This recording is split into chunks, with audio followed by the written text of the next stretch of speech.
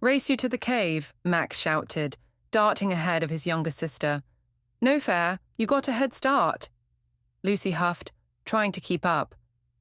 Her backpack jangled with snacks and a flashlight as she followed him through the forest. The cave was their favorite place to explore. Hidden behind a curtain of ivy, it was cool and mysterious, with echoes that made their voices sound like a chorus of adventurers. But today, something was different. As Lucy caught up, Max was crouched over a strange, glowing stone at the back of the cave.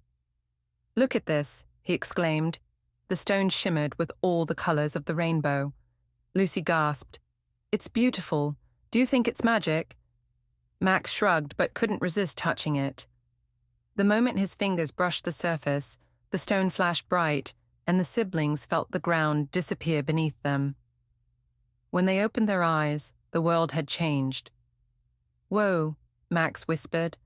Around them was a lush jungle with plants taller than their house. Strange calls echoed in the distance, and the air smelled sweet and earthy. "Where are we?" Lucy asked, clutching his arm. Before Max could answer, a loud thud made them both jump. Turning around, they saw a dinosaur, green and scaly with tiny arms and a big grin. "Hi there," said the dinosaur. Max and Lucy stared, their mouths open in shock. "You can talk," Lucy finally squeaked. "Of course I can talk," the dinosaur said, tilting his head. "I'm Rex, and you're in Dino Valley. Who are you?" "I'm Max, and this is my sister, Lucy. We think we're lost." "Well, you're not alone," Rex said with a friendly smile. "Come on, I'll introduce you to my friends. Maybe they can help." Rex led them through the jungle, chatting excitedly. "You'll love my friends. Penny's super fast, Spike's the smartest dino around, and Dippy is great at helping everyone." They reached a clearing where the other dinos were waiting. "Who's this?" Penny, the Velociraptor, zipped over, eyeing Max and Lucy curiously.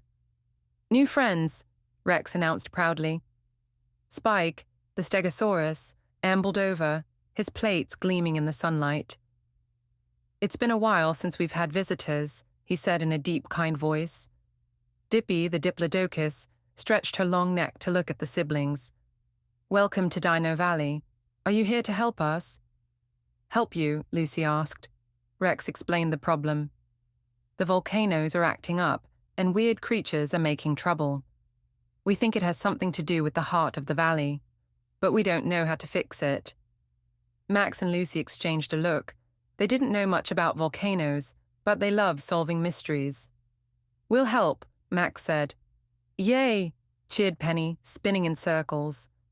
The Dino Squad set out at sunrise, with Rex leading the way.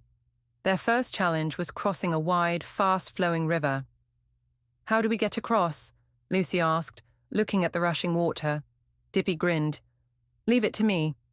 She waded into the river, her long neck creating a bridge for the others to walk across. "Awesome," Max said as he climbed onto Dippy's neck. After crossing, the group faced other challenges. A rock slide blocked their path, and Penny used her speed to find a new route. Later, a pack of mischievous pteranodons tried to steal their supplies, but Spike used his clever thinking to create a diversion with shiny stones. "Teamwork makes the dream work," Rex declared, and everyone laughed.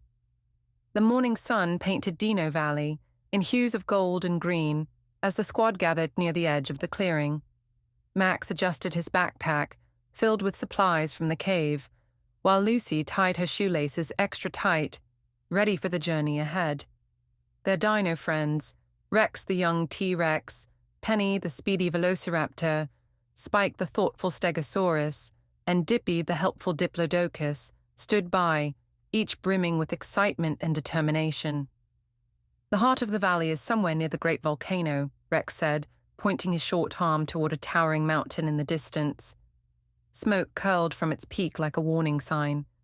"Do you think we can make it?" Lucy asked, eyeing the distant volcano nervously. "We have to," said Rex with a determined stomp of his foot. "If we don't, Dino Valley might fall apart completely." Max nodded, his jaw set. "Then let's go. Adventure Squad, move out." The group cheered, and the quest began. The first challenge appeared sooner than they'd expected. A wide river blocked their path, its water rushing fast and wild. Rocks jutted out at odd angles, but they were slippery and too far apart to jump across. "Great," Max muttered, hands on his hips. "Now what?" "No problem," Dippy said with a grin. "This is why I have a long neck." The Diplodocus waded into the water, her sturdy legs holding firm against the current. She lowered her neck to form a bridge.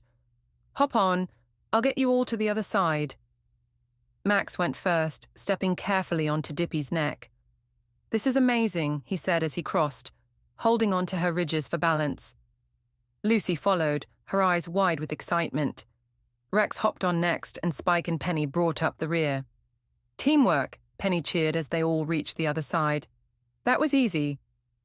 "Easy for you," Dippy said with a laugh. "This neck is a lot to carry."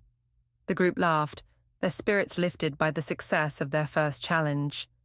The jungle grew denser as they pressed on. Towering ferns brushed against Max's arms, and vines dangled from the trees like green ribbons. The air was thick with the sounds of chirping insects and distant dinosaur calls. Suddenly, Penny stopped, her sharp eyes scanning the treetops. "Something's not right," she whispered. "What is it?" Lucy asked, stepping closer. Before Penny could answer, a flock of pteranodons swooped down, their leathery wings flapping noisily. The mischievous creatures circled the group, screeching and diving low to snatch at their supplies. "Hey, that's our stuff," Max shouted, swatting at a pteranodon with his arm. One of the pteranodons grabbed Lucy's flashlight and cawed triumphantly as it flew higher. "Oh, no, you don't," Penny shouted, zipping into action.